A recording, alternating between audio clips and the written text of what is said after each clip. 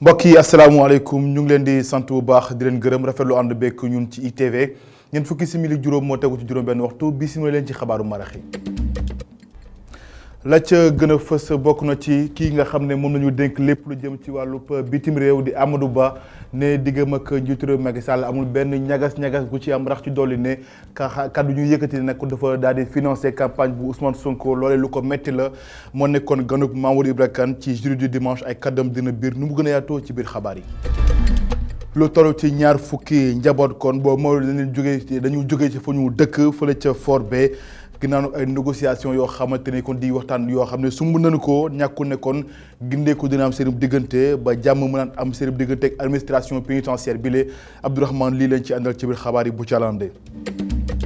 Ghana ne nag noppi na ngir sóobu ci koppar gi di ECO loolee nag tax ba muy woo yeneen réew yi nga xam ne ñoo nekk ci CEDEAO ngir ñu mën a daal di jëfandikoo gile koppar di ECO ndax daal jàpp na ne kon loolee kon mbir la moo xamante ne nag bu anto dina nekk lu mucc ayib ci mboolem réew yi nekk fi ci Afrique dina ci ànd ak Mame Abdou Kay Kassé ci biir xabaar yi bu ci lande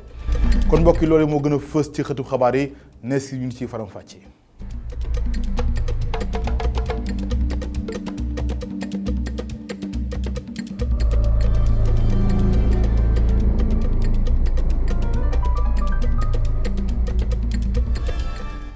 mbokk yi asalaamaaleykum ñu ngi leen di sant bu baax di leen gërëm rafetlu ànd beeg ñun ci ITV xabaaru marax kon des ko tàmbaleeg ñun ko junjee ci ndorteel la ak lu toll ci ñaari fukki njaboot yoo xam ne boo mayul kon fa ñu dëkkee dañ leen fa daal di jëlee loolu nag administration pénitentiaire kilifa yi kon ñoo jël boobu lépp dogal njaboot gi nag ne lu toll nag ci juróom-ñaari fukki at yoo xam ne kon ñu nga fa ba ni suñu jon yàllaay tey ñu xëy leen fa bëgg leen fa jëlee loolee kon du antu ba tax nag nee nañu kon ay waxtaan yoo xam ne su mëneen ko ngir gindeeku mën a am ci seen diggante ñu ànd ci leeral Abdourahmane li lu tolloog ñaar fukki famille lañu wax ni nañ fi jóge wante ñi nga xamante ni ñoo dëkkee Fort Bay nee nañu du si dal ñoom ñi ñu ngi ñaawlu lu ñu tuddee jaay doole tukkee si administration pénitentiaire jëmale si ñoom ñetti téeméer si ay agent administration pénitentiaire nag nee nañu ñëwoon nañu fa ngir jëlee leen fa bokk si li tax ñu jàpp ni mbir mi jaay doole da si am ñoom ñi nga xamante ni niki ay at yu yàgg ñu ngi fiy dëkk mu nekkee diggante autoroute Limamoulaye bi ak Mariste bu weesoo kaso bi Fort Bay nekk na cité boo nga xamante ni bâtiment yi bëri na fa loolu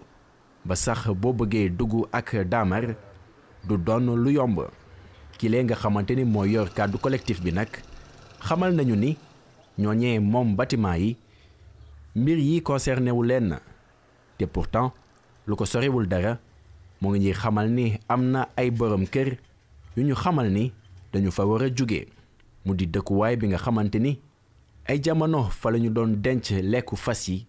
ñu ñuy woowee garde républicaine tey jii askan wi defar na ko wante nee nañu leen ñu jóge fa jamono ji nag ñu ngi ci ay waxtaan moo tax ñooñee di askan wi nanguwuñu woon àddu ci suñu micro ñoom nag ñu ngi yaakaar ni waxtaan yi dina mujj rekk fu dal xel ci ñoom. Abdourahmane li di ko gërëm daal di àddu kon ci lu jëm ci 2019 xayma gi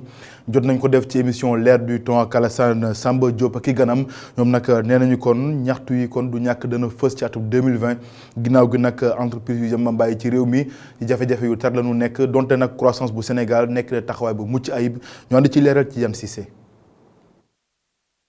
ci atum 2019 koom-koom Sénégal yokku na bu baax a baax réew bi am na croissance mi nga xamante ni mu ngi toll ci 6,7%. En termes de projection on est à 6,7 de croissance pour l'année 2019. li jëm ci mbiru projection nag nekk na loo xam ne baax na ndax fi mu toll nii ñu ngi ci juróom-benn jàpp juróom-ñaari% ci croissance te loolu nekk na loo xam ne rafet na ci lu jëm ci koom-koom bi ñun ñi nekk ci secteur privé bi yéeg nañ ko bu baax waaye lu ci ëpp ci mbiru liquidité la doon PME yi ak PME yi nag ñoom ñoo xawoon am ay jafe-jafe ndax lu jëm ci mbiru paiement ci marché yu nekk ci nguur gi nan foofu la seen jafe-jafe nekkoon. Au niveau des délais de paiement surtout les marchés avec l'État. ci ay chiffres koom-koom réewum Sénégal yokku na bu baax a baax ci atum 2019 bii lee waaye ñi nga xamante ne ñooy askan wi yëguñu croissance bi ñu mel. Compte tenu du fait qu'on n'a pas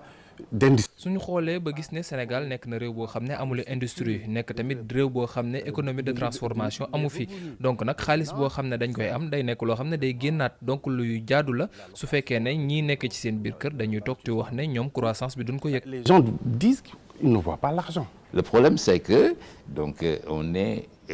problème bi mooy ko dañ nekk di gën a bëri rek te kenn ku ne dafa am ay bëgg-bëgg boppam moo tax du ñu sentir li nga xamante ne moom mooy croissance bi waaye mu ngi fi de. vous voyez que ce n'est pas assez. réewum Sénégal doon na bu ñëpp ràññee ci wàllum démocratie ci atum 2019 bii lee koom-koomam nekk na modèle ci Afrique sowu jant tax na saa bu ñu bëri jàpp ni itam ñi nga xamante ne ñooy askan wi war nañ def lépp ngir rek dooni itam ay royukaay. Ici au Sénégal les 6 ou 7%. Aujourd'hui on devait être à 10 ou 11%.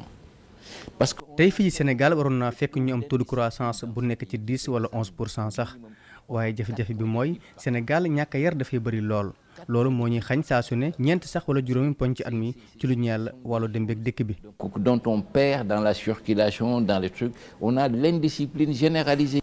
L'indiscipline au Sénégal. ñàkk teggin gi nekk fii ci Sénégal nag dafa nekk loo xam ne daf ñu jaaxal ñun ñëpp waaye pour nga comprendre ko faw ñu xoolaat système de valeurs yi ndax fi ñu toll nii dafa mel ne nit ñi amatuñu identité bu baax boo xam ne moom la ñuy reconnaître seen bopp dafa am ab conflit bu am ci diggante tradition ak modernité te nguur gi fi mu toll nii kenn sentiru ko bu baax. Évanescent qui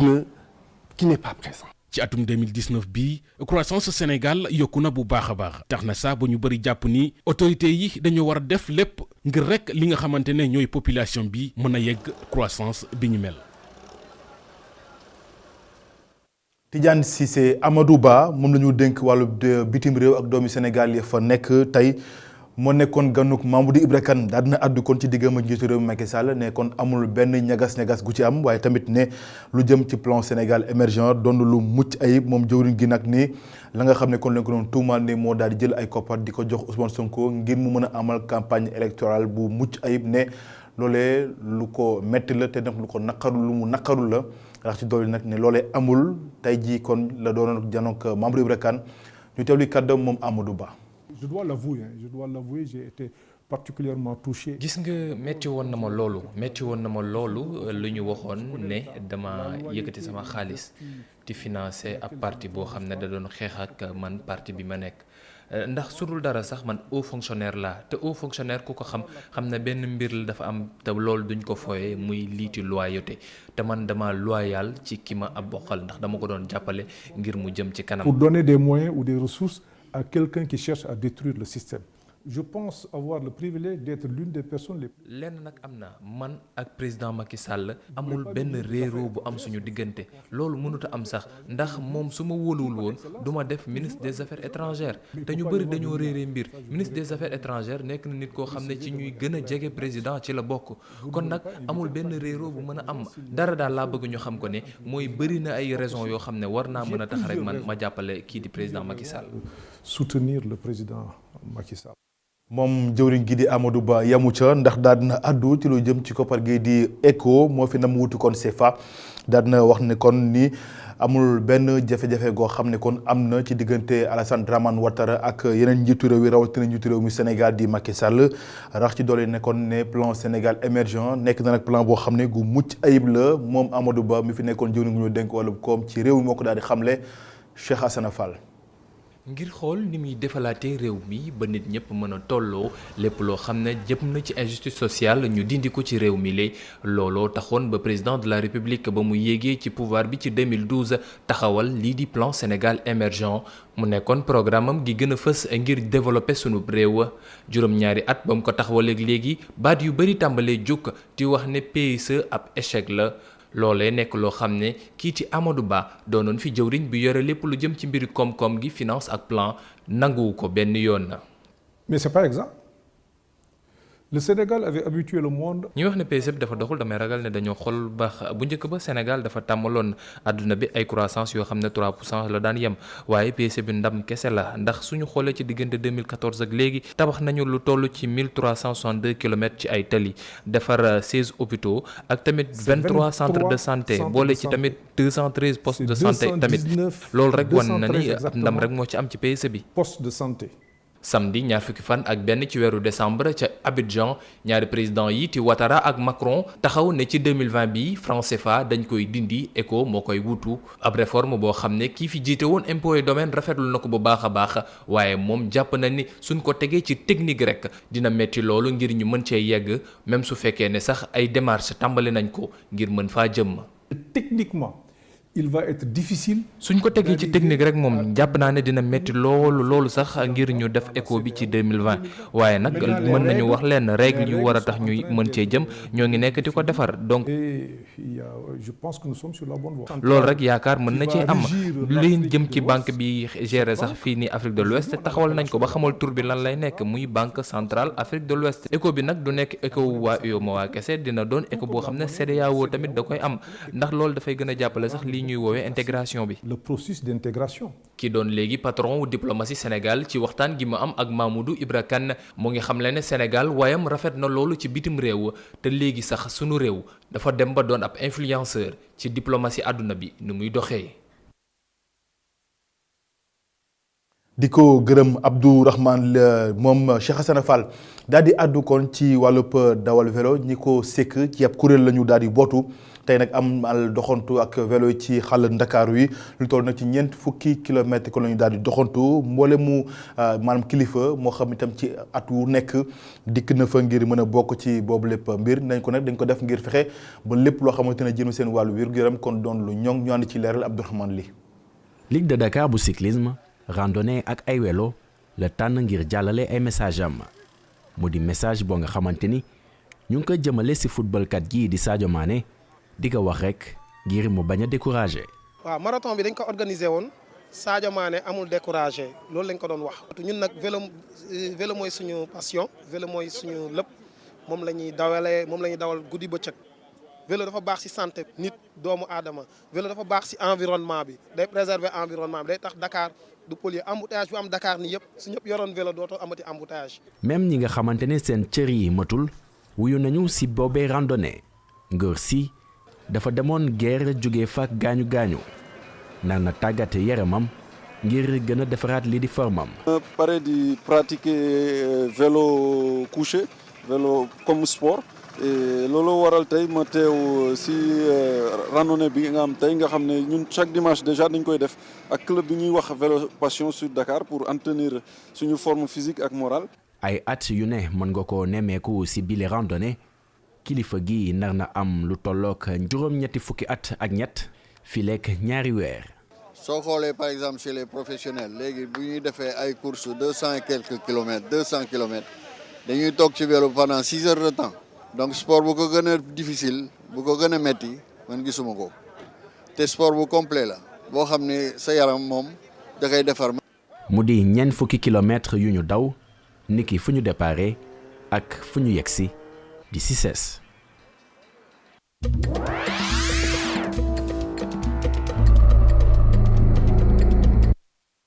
leen ko doon dundu ci xabaar yi lu jëm nag ci Ghana soobu nag ci juróom-ñetti réew yi bokk léegi ci UEMOA te nag nar a soppi koppar jóge ci CFA dem ci ECO Ghana nag daal dina ci soobu moom sax ma ngay ñaax réew yi bokk ci CEDEAO ñoom ñëpp ko ñu daal ci dugg bu ko defee loolee doon lu mucc ayib te nag dina gën a ñoŋal pays réew yi nga xam ne ko ñoo sekk kuréel boobee ñu ànd ci leeral Mame Abdou Gaye Kassé. réewum Ghana moo ngi rafetlu dogal bi nga xam ne rek juróom-ñetti réew yu seq UEMOA daal nañ koy jël ngir mën a remplacer lii di franc CFA ak koppar bi ñu duppee ECO ci atum 2020 réewum Nana Akufo-Addo moo ngi tàccu dogal bi ni mel ndaxte jàpp na ni day wane ni rek que ni dogal bi dafa ñëw ngir gën a dëggal lii di union monétaire bi nga xam ni lu ko doon sàkku yàgg na wante tamit gën a dooleel lii di intégration ci Afrique sowu-jant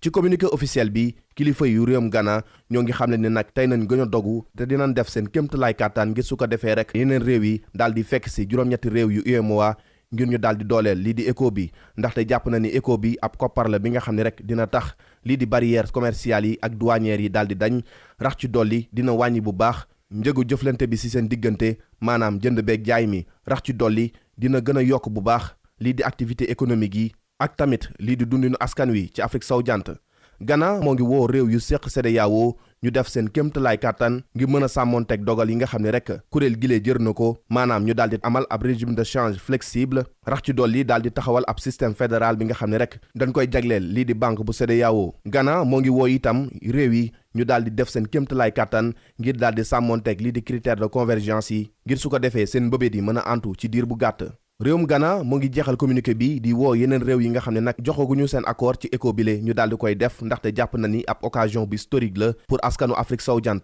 ndaxte koppar bi ni mel lu mu leen di indil mooy yokkute kepp. Mame Abdou Gueye Kassé di ko gërëm ci koppar boobee nag la ñuy des ndax jox nañu kàddu gi ko xam-xamam màcc jëm ci wàllu koom-koom di Mbaye Aw la mu xam ne rek mooy réew yi ci mel ni Nigéria ak Ghana dañ ci war a dugg bu ko defee kon lépp loo xamante ne nii day yokk ci seen koppar ak tamit yenn jafe-jafe yi ñeel wàllu koppar dina mën a dëñ ñoon di ci moom ci jokkoom ak Cheikh Diop Mbaye Aw. Oui, c'est vrai que ECO fi ñu ko déparé di xool affaire CEDEAO la nga xam ne 15 pays yëpp si lañ bokkoon wante bu ñu demee ba war ko appliquer dañuy pays yi nga xam ne ñoo gën a niroo ay économie ñoom am nañ ay chartes yu ñu tegoon ba pare ñooñu commencé ko mooy pays UEMOA yi léegi nag beneen pays yi nga xam ne ñoom bokkuñ si lu mel ni Ghana lu mel ni Nigéria suñ si bëggee bokk doo loolu du affaire bëgg naa ñu bokk wala bañ naa bokk il faut ñoom ñu respecter charte yi nga xam ne moom la pays yi nga xam ne moo leen seen ñooy niroo li leen di ay charte yi ñu leen jox ne moom la ñu war a dem muy déficit budgétaire bi muy nga xool directement taux inflation bi ak seen poids de la dette mooy seen i bor boo ko xoolee bu baax dëkk bu mel ni Nigéria dëkk bu mel ni Ghana